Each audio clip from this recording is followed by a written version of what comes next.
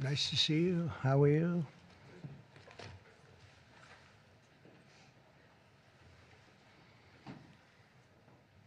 We have a lot of athletic talent and great people behind me. And they're going to do some very important things for our country. Nobody knows LT, right? LT, greatest ever. Lawrence Taylor. You look good. You could play right now, I think, LT. You only look that way. Well, I'm delighted to be here with some of the truly great sports legends of all time as we formally announce the newest members of the President's Council on Sports, Fitness, and Nutrition. This is an important step in our mission to make America healthy again. It's something that's very important, what we're doing, very important. Dating back to the administration of President Dwight D. Eisenhower, this council has championed the vigor and strength and vitality of the American people. Today, we continue that very proud tradition. This group is led by two-time major champion and one of the greatest players in the world, one of the highest ranked, and he just had a phenomenal Open Championship, as you probably saw, shooting one round that wasn't so good, and then he came back with about a 65 or something. He was getting a birdie on every hole. They were worried he might not make the cut, and he made the cut by about 200 strokes. It was pretty amazing, and he had a great week, actually. And he's also the longest hitter of a golf ball, I think ever, but, you know, they say ever. I would say ever. And the longest in the world today, and it's Bryson DeChambeau. He's a great guy, been my friend for a long time.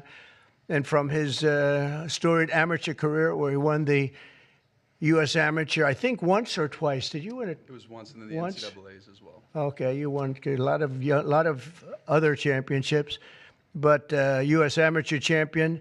And then, as you know, he won at Winged Foot, won the U.S. Open in Pinehurst. And Bryson has always been a phenomenal ambassador to sports and to golf, but generally to life, in my opinion. He's a smart guy and a good guy, great guy, loves our country. We're also pleased to be joined by Secretary of Health and Human Services, Robert F. Kennedy, Jr. Bobby, you do a great job. He's got some big things happening, and he's got some big statements to be made very shortly in terms of, over the next few months, in terms of what they've been doing and finding answers to some very, very important questions. Secretary of Education, Linda McMahon, who's phenomenal, wherever you may be, Linda. Hi, Linda. What are you doing back there? And look, you've been reading about her exploits and the job that she's been doing, and we're very proud of her. Council Executive Director, Catherine Granito. Thank you very much. Thank you. Great job. And several other new members of the council, including J.D. is here, our fantastic vice president, and Scott Bessent, and we're making a lot of deals. We're making deals for trillions, trillions and trillions. Nobody's ever seen anything quite like it. We just made a couple of others a little while ago. I don't know if you'd be interested right now. I won't even bother telling you. This is about sports and about health. One of the best defensive players ever, I think probably acknowledged to be the greatest defensive player in the history of the NFL, a friend of mine for a long time. Too long, right, Lawrence? Lawrence Taylor, he's an incredible guy. And just been my friend a long time, haven't we? Huh? Knew him forever. One of the most accurate kickers in NFL history, a young guy still. He can kick it long. I think I guess he's considered the best there is in the business, Harrison Butker. So, Harrison, where are you, Harrison? He's a handsome guy, by the way. It's usually not my thing, but he is a good-looking sucker. One of the truly greatest golfers ever to play on the LPGA Tour. A lot of people say the greatest female player ever, and a lot of people would say just one of the best players ever. She's phenomenal. I've played a lot of golf with Annika Sorenstam, and she's amazing. Just had an really storied career. Hall of Famer, easily a Hall of Famer, by the way, right at the top of the list. So it's great to have you with us, Annika, and say hello to the family. Then she was here not so long ago with Gary Player, where she got the Presidential Medal of Freedom, and so did he. He's won 168 tournaments and 18 majors, 9-9, and she's the same in terms of the women's game. But that was a great time. It was a great honor to give it to you. You really deserved it. It's the highest medal you can get outside of the Congressional Medal of Honor. That's the military version. And the other is the Presidential Medal, and you got it. So thank you very much. 14-time WWE World Champion, and he's a man who you're not going to mess around with. Even Bryson said, I think I'll take a pass on him, right? You're going to take. And he's another one who's been my friend for a long time. He's really an amazing athlete. Triple H. Here he is. Oh, that's still very strong. He's a strong guy. And it's great to have you. And you felt very strongly about this, about the council. 100%. Yep. Well, it's a great honor to have you. Offensive lineman, NFL, very respected, very smart. Cody Campbell. Thank you, Cody, very much. Thank you very much. In addition to the people here, we have other council members that want to just pay their respects. One of the greatest players and athletes ever. You could say when you look at records, there's probably nothing like it. Tiger and Jack. This is Jack. Tiger was here not so long ago getting the Presidential Medal of Freedom also. He's a fantastic guy. And on the council, we have Jack Nicklaus, and he sends his regards. We have Gary Player, one of the greats. Nellie Corder, who's a phenomenal young, I think you'd say great young player. Annika, right? She's a fantastic person, too. NFL icons, Tony Romo, also a great football player. Quarterback, also a great golfer. Nick Bosa, who's, you know him, he's a modern-day version of Lawrence. What do you think? He's pretty good, right, Lawrence?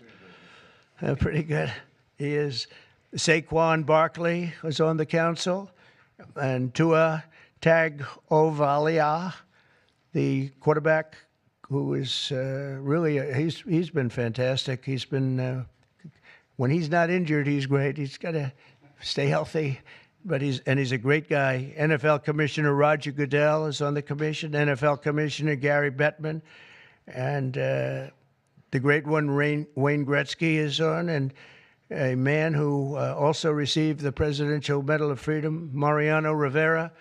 And when I looked at his record, it was unbelievable. The Sandman. My wife said, "Why do they keep playing the Sandman when he walks in?" And I said, "Because he just puts the batter to sleep." He was great. When you look at his record compared to second, and Raleigh Fingers was great, and he was really great. But when you look at the record, boy, Mariano had a record. I've never seen anything like it. He was so high up.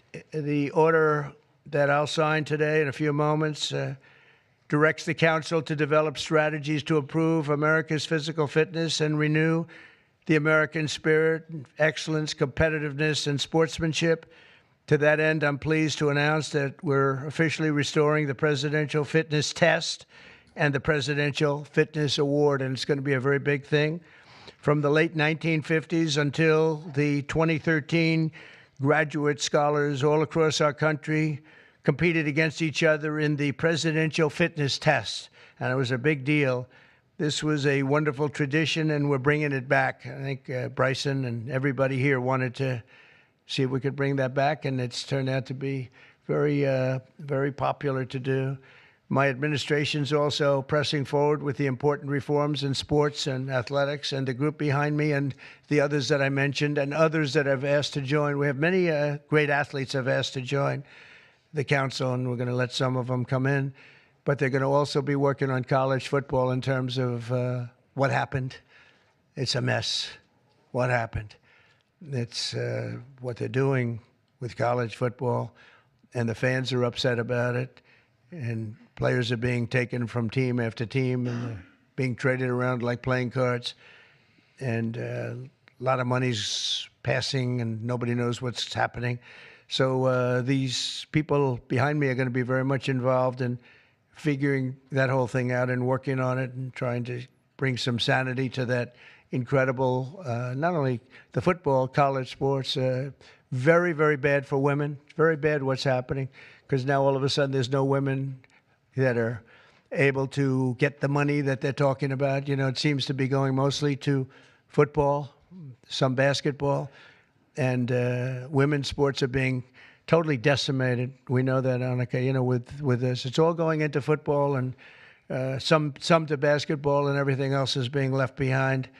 And women are being left behind, and lesser sports are being left behind, and the Olympics is being decimated because that was like training for the Olympics, and now we're not going to have that many of those sports left. The smaller sports, they're almost going to be completely wiped out. This is crazy what's going on.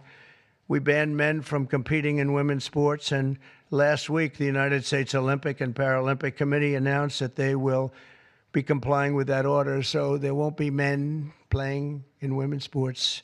That seemed like an easy one. They say it's an 80-20 issue during the campaign. I said, no, that's not 80-20. That's 97-3. Maybe it's 98-2, perhaps. And last Thursday, we terminated third-party pay-for-play schemes in collegiate athletics and effectively saving. We saved college sports, but now we have to make it. We have to heal it because it's really a mess. It's a real mess. This council will play an important role in shaping these new policies and ensuring that we preserve the American athletic tradition for many generations to come.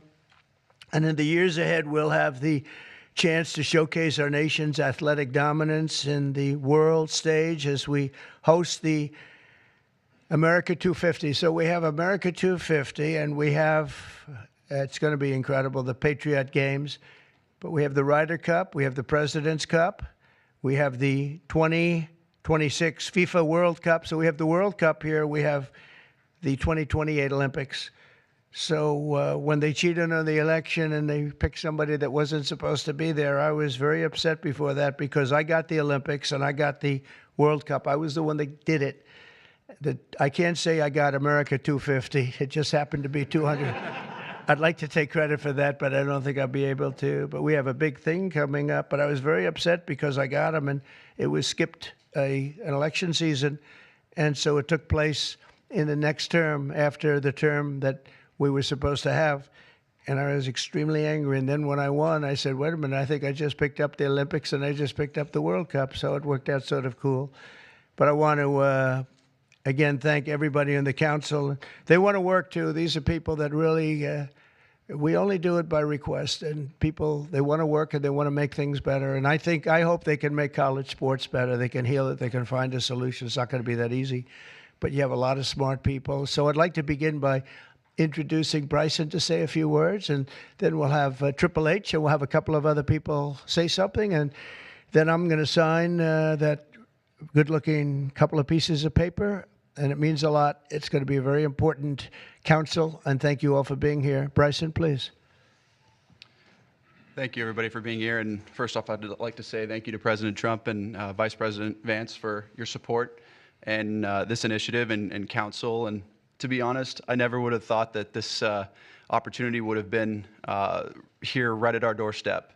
We have an opportunity at being the 70th anniversary of the President's Council on Sports, Fitness, and Nutrition to literally change the fabric of kids' lives. And our first initiative is to bring back and reignite the President's Fitness Test, and then also reestablish some key other metrics on guidelines around building some communities, and also, again, with the President's initiatives around college, we think we can help in that regard too. But we've got a great established council with us that we believe we can change the fabric of our communities and kids' livelihoods for the future generations that are to come. I can't thank you guys enough, and looking forward to making massive changes in kids' lives and in our America's future. Thank you. Thank you. First of all, I'd like to say the same. Thank you to President Trump. Thank you for this honor. I'm humbled by it. I'm truly honored to be on this. Vice President Vance, thank you very much. Secretary Kennedy, truly appreciate all that everybody is doing for the health and wellness of the entire country. For me, since I was 14, this has been such an important part of my life. Health, fitness, sports, nutrition, all of it. I think learning that at a young age sets you up for success in life. And without it, you're at a lesser place for it. So I look forward to the opportunity to do this. I look forward to the opportunity to help make our youth healthy, help get them engaged in sports, and let them learn what it takes to be successful in life. So thank you very much for the honor. Thank you. Thank you. Bobby, please. Thank you very much, Mr. President. In December of 1960, a month after he won the election, my uncle, who was about to be president, wrote an article for Sports Illustrated called "The Soft American," and he was lamenting the fact that America had prided itself on its beef jerky toughness, and that we were losing that. We were falling behind the Europeans. We were falling behind other nations. And he was signaling with that article that he was going to make physical fitness of our kids the centerpiece of his administration. And I'm so grateful to President Trump for bringing back this tradition. I was talking to Paul before we went in here. We were part of the Council on Physical Fitness when we were kids. And you had to do sit-ups, you had to do pull-ups, you had to do shuttle runs, you had to do 1-mile runs. And they awarded the top 15% with a patch and with recognition and with certificates. And for me, it was a huge item of pride when I was growing up. And we need to reinstill that spirit of competition and that spirit and that commitment to nutrition and physical fitness. And I'm so grateful to President Trump for your leadership in bringing this back for our country. Thank you very much. Anna, representing the great women in sports, please. Thank you. Thank you, Mr. President, Vice President Vance. This is truly an honor. I want to thank the team behind me here for giving us trust to be able to do this. Sport has always been part of my life, and the importance of living a healthy, active lifestyle cannot be any more important than nowadays. So thank you for the trust, and I can't wait to get to work to make a difference in kids' lives, but also in people's lives. I think the time is so important. Obesity is the highest it's ever been. Mental health, as we all know, the need ought to be tackled. So thank you for the trust, and look forward to going to work with the team behind me. Appreciate it. Thank you, Donna. Lawrence, you want to say a few words? Come on up. Come on. He's a little shy, but once he gets going, nobody can stop. Oh, no, that don't stop. I'm just proud to be on this team. I don't know why. I don't know what we're supposed to be doing, but I'm here to serve, and I'm here to serve you. Okay, so I'm going to do the best I can for as long as I can. Thank you very much. Nobody like him. Come on, young superstar. Obviously, very excited to be here. Thank you, Mr. President, for allowing me to serve on the council. Just excited to do my part to help make America healthy again, to help our youth be healthy and thrive and grow up and be great citizens of this country and be great family members and contribute to this great country. And I think you have to be strong in mind, in body, and soul. So thank you so much for allowing me to be here. Thank you. Thank you very much. JD? Okay, sure, sir. Well, thank you all, and thanks to the president for setting up this important commission. Thanks to all the great athletes for lending their credibility to it. I think all of us who have young kids at home just know that kids are healthier, they're happier, they do better when they're out there, they're being active, they're playing in sports, they're hanging out with their friends. I think all of us have thought at one point in the last few years that kids spend a little too much time on their phones, maybe a little bit too much time in front of the TV, and we just want kids to do better. We want them to be healthier, we want them to be happier, and we know that getting out there, playing in sports, and being active and healthy and physically fit is a critical part of this. So all due credit to the President and Secretary Kennedy's leadership. This is all about just making our kids better citizens, better people, and happier in their daily lives. And I think this is a great team to get it accomplished. Thank you, sir. Okay, let's sign this. Linda, come on. We'll sign this for Linda. She's doing pretty well, right? Linda's amazing. Good job.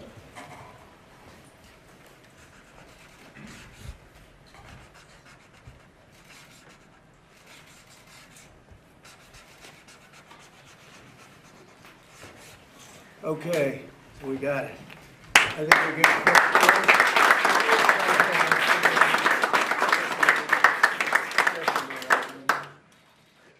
Okay.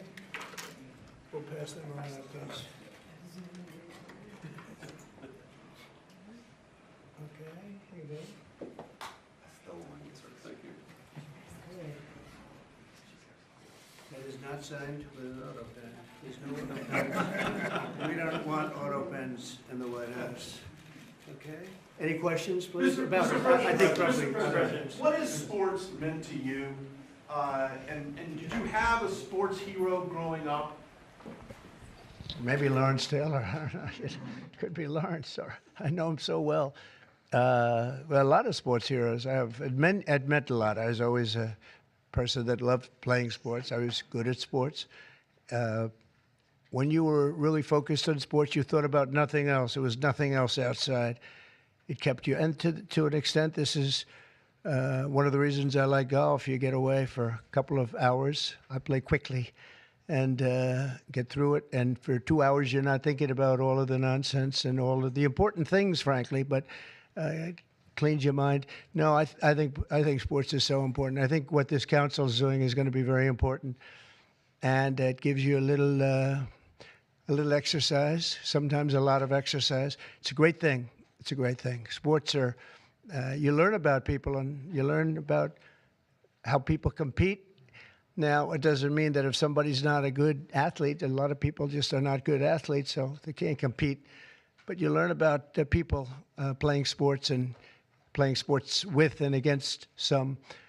So I've always loved it. It's been very important to me. These people are, inspirations. These are the top people in their individual sports. The council itself, I mean, they have some of the greatest champions, for the most part, the greatest champions in their sport. So they really understand sports, and understanding it's very important. Thank you for the question. Yeah, please. Please, go ahead. Yeah, Mr. President, can you talk about your plans for the new ballroom that was announced today? Yeah. And the $200 million, that's going to be paid for by yourself as By well me, as yeah. private donations? It's a private thing. Yeah, I'll do it, and we'll probably have some donors or whatever, but it's about $200 million. So we've been planning it for a long time. They've wanted a ballroom at the White House for more than 150 years, but there's never been a president that was good at ballrooms. I'm really good. In fact, I looked at one that we just built in Turnberry in Scotland, and it's incredible. We're good at building. I'm good at building things, and we'll get it built quickly and on time. It'll be beautiful, top of the line. We've retained the best architects and engineers, everything else. It'll be built over on the east side, and it will be beautiful. It'll be views of the Washington Monument. It won't interfere with the current building. It'll be near it, but not touching it, and pays total respect to the existing building, which I'm the biggest fan of. It's my favorite place. I love it. But they've wanted it, and when they have big events, you entertain the president of China or the president of any place, and you have big crowds. They've always had to get a tent, and you've probably been to some of them, Bobby. When it rains, it's a disaster, and the tent's 100 yards. That's more than a football field away from the main entrance, and people are schlopping down to the tent. It's not a pretty sight. The women with their lovely evening gowns, all of their hair all done, and they're a mess by the time they get. And they've always wanted to have it. And I said, in the first term, I said, if I get another shot at this, I'm going to do a ballroom. I was pretty busy in the first because I was running the country, and I was also fighting for survival with all of the lunatics I had to beat. But it worked out, obviously, it worked out very well because here we are. But I always said I was going to do something about the ballroom because they should have one. So we'll be leaving it. It'll be a great legacy project, and I think it'll be special. You saw some renderings of the initial. I think it'll be really beautiful. No government dollars at all. No government dollars, no. Week between its executive order, trade, Russia, Gaza, but also the family of Virginia Giuffre released a statement overnight in response to some of the comments that you made this week. You said that Jeffrey Epstein stole people from Mar-a-Lago. At the time, did you know why he was taking those young women, including Virginia? No, I didn't know. I mean, I would figure it was ABC fake news that would ask that question, one of the worst. But no, I don't know really why. But I said, if he's taking anybody from Mar-a-Lago, he's hiring or whatever he's doing. I didn't like it, and we threw him out. We said we don't want him, at the place. This is a story that's been known for many years, as you know. But it's, I didn't like it that he was doing that. Yeah, please. If Canada moves forward with Palestinian state, Say it again. If Canada moves forward with recognizing the Palestinian state, is that a deal breaker for you? Well, we're going to see. No, I didn't like what they said, but that's That's their opinion. I didn't like that.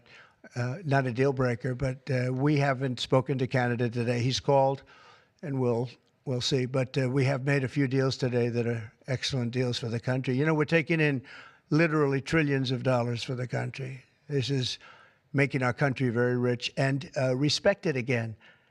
We have, you know, I tell these people, and I say it as much as I have to say it, but every leader is at NATO, and I was in the Middle East with the three great countries, three great leaders, Qatar, you know, Saudi Arabia, UAE, and everybody said the same thing. All of the NATO countries, essentially, they said that we were a dead country. 1 year ago, we were a dead country. Now we're the hottest country in the world. Look at you people.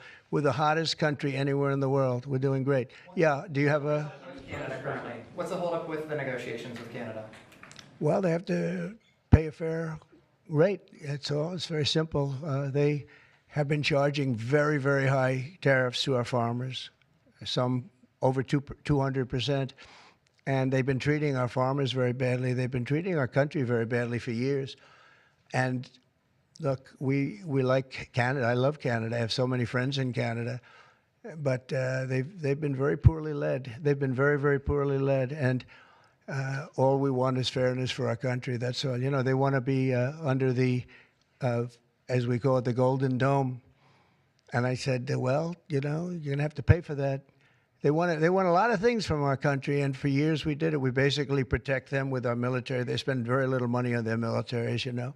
Not an acceptable amount of money. Yeah, please. Thanks a lot, Mr. President. Your tariffs policy goes into effect tomorrow. Yeah. As you know, a federal appellate court today heard oral arguments about whether or not you had the authority to unilaterally impose those tariffs. I'm not going to get you to weigh in on the legal arguments, but you're weighing your decision to do that, your authority to do that, based on a 1977 law. It's never been invoked before.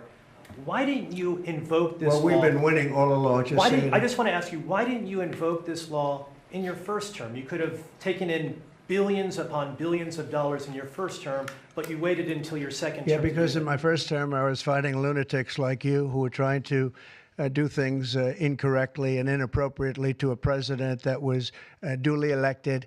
And we did do certain tariffs in the first term. If you look at China, we took in hundreds of billions of dollars from China. But when COVID came, the last thing I was going to do is tell France and Italy and Spain and a couple of other countries that we're going to hit you with tariffs. We had to fight the COVID situation when that came. But if you look at my first term, we took in hundreds of billions of dollars worth of tariffs, but you people didn't cover it very well. Yeah, Go ahead. Thank you so much. I'm representing the foreign poll today. I'm asking you two questions on foreign policy. The first one, do you plan to re-engage diplomatically with Iran, go with direct talks with them, or are you happy with the current situation, having no deal with Iran? Well, Iran has been acting very badly. They were decimated. Their nuclear capability, that potential, which could have happened within 3 or 4 weeks, was decimated. It's been obliterated. The Atomic Energy Commission said the place is just decimated. Now they can start again, but they'd start in different sites because they were hit. I tell you what, the job these pilots did with their B-2 bombers, those unbelievable machines, they traveled 36 hours without stop, and they hit every single target. Every bomb hit they went right down the chutes. And then, as you know, we shot 30 rockets from submarines that were hundreds of miles away, and they hit every target. So they can start again, but they haven't been saying the right thing. I will say Iran has not been saying the right thing. They have not been speaking nicely, and they should be. Yeah, please. President Powell not lowering interest rates again. Many people say that he's playing politics with the futures of millions. Well, he is. We call him Too Late. He's Too Late. It's his new nickname. It's Too Late Powell. He's a terrible Federal Reserve Chairman. Not only that, he's building a building. He's at $2.9 billion. It's actually 3.1 if you include other areas that are essentially the same thing. Way over budget, has no idea what he's doing. And I would say he's probably good at that compared to what he does with interest rates. But, you know, we have him there, and it was a mistake. I put him in, and then Biden extended him. And Biden only extended him because he knew I couldn't stand him. And that turned out to be not a good thing for Biden. Although he did lower interest rates just prior to the election, didn't work out too well for them. But he did lower them pretty substantially just prior to the election. No, he's a political hack, not very good.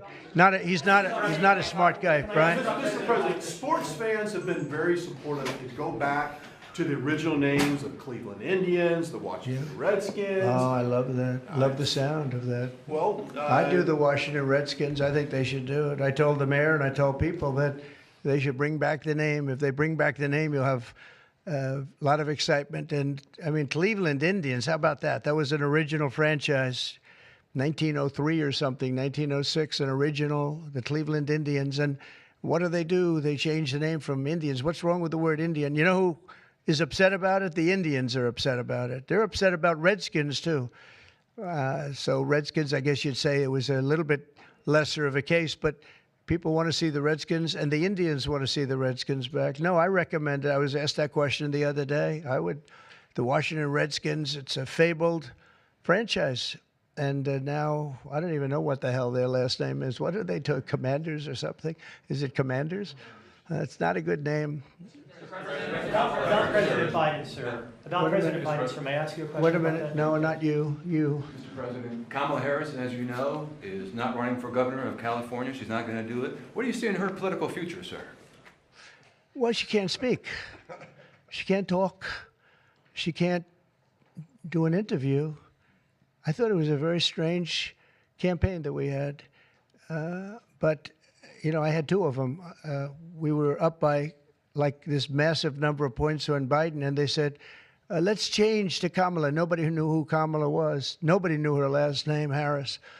They said, we're going to get Vice President Harris. Everyone said, who the hell is Harris? They only knew her by the first name. But no, I thought she was a terrible candidate. Look, don't forget, she didn't really get the nomination. I mean, that whole nomination was strange. She was the first one out. You know, she took a good amount of points with her when she announced, but nobody knew her. And once they got to know her, she dropped out very shortly after she started. And she started with a pretty good, you know, she was like in second or third place. But I don't know. I mean, I wouldn't call her a skilled politician. Would you? She's also coming out with a book. Any plans to buy it? I don't know. I think I'm going to buy it. I'd love to see it. No. I'd find it. Look, I find everything in politics interesting. I sort of enjoy politics. She wasn't a skilled person. You know, you have skilled politicians, really skilled politicians, and then you have some that aren't. And she was put in a very tough position, I think. She did have a 6-week honeymoon. They told me, the pros said, you know what, she's going to have a 6-week. And she did. She was like untouchable in terms of everybody thought great. But she didn't do any interviews or anything, which was strange. Not even friendly interviews with friendly reporters like her right there, a really friendly reporter. And you know what happened? People said, what's wrong with her? Why isn't she doing?